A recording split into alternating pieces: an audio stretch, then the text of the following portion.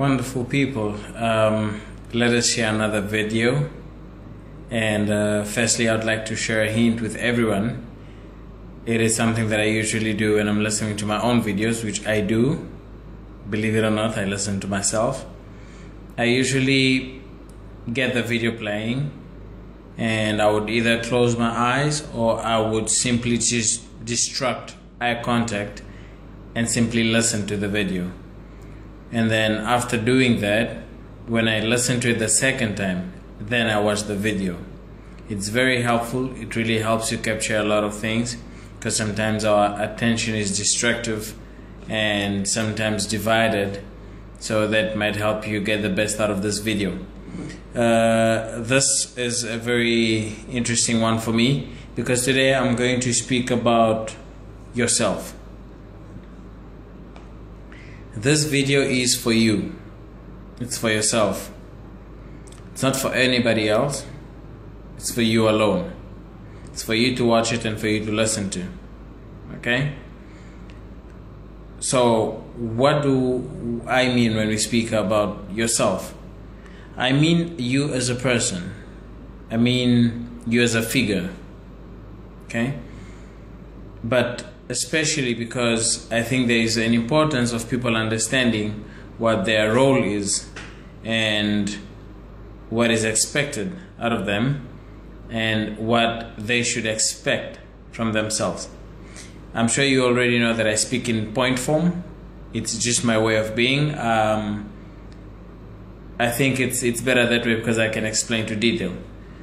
I will start with how you can package yourself to become the best that you could ever be. I want to give you hints on what you can do to be the greatest person that you could be. I know that everybody out there wants to be a good person. Everybody wants to be great. But how do we do it? Okay? I'm going to give you 6 different point forms. From those 6 different point forms, I'm going to give you 5 more. Okay? So the first 6 are as follows. Firstly, you need to understand that you are your greatest supporter. There is no bigger supporter of yourself than you. You are your biggest fan. You are your biggest supporter. So whenever you are planning on doing something, look at yourself and tell yourself, I don't want to disappoint myself. Secondly, you are your own enemy. Everybody speaks about enemies, but we are our own enemies, particularly, singularly as a person. Because when we start doing things that instead of helping us achieving success, they lead us to failure, then we're disrupting our own selves. Then we are turning into our own enemies. So we are our own enemies. Thirdly, you are your greatest distraction. Everything that you do that is destructive comes from a thought, from an idea. It comes from someone that perhaps proposes something to you, and you get the time to analyze it and you accept that. The fact that you accept that makes you your own greatest distraction. Fourthly, you are the biggest success that there could ever be. You need to believe that you are the greatest that there could ever be. Fifth, you are your greatest disappointment. You are your greatest disappointment. Why? Because when you fail, although people will come with sympathy and empathy, nobody would ever feel as disappointed as you are. Nobody would come closest to your disappointment as you are. Sometimes people would have all the drama in the world to show disappointment. But the real disappointment comes from the heart. It's what the heart feels. It's not the drama that we put on the outside. One could be jumping up and down the whole day, and one could solely be crying inside, tearing apart every thought and every idea, every emotion, much, much broken than the one that cries day in and day out. So you could be your own disappointment. Sixth, you are your greatest pride. It's all a matter of choices. You could be your own disappointment or you could be your greatest pride. So I want you to take point on this 6. Take note of this 6 points. You are your greatest supporter. You are your greatest enemy. You are your greatest distraction. You are the biggest success that there could ever be. You are your own disappointment. And you are your greatest pride. 6 factors. Okay? After you have the 6 things set in your mind and you understand it thoroughly and you believe it and you tell yourself that this is who I am and I need to select which ones do I want to be and which ones I don't want to be, then that's where this very important point that I will share with you comes in. I'm looking here because I wrote everything. I don't want to miss a single point. I want you to understand that the people around you should be your inspiration, but you should be your greatest motivation. I always say that inspiration comes from the outside, but motivation comes from the inside. You need to be able to motivate yourself and find inspiration from the people outside. After you have discovered everything that you are, the greatest role should now come to place.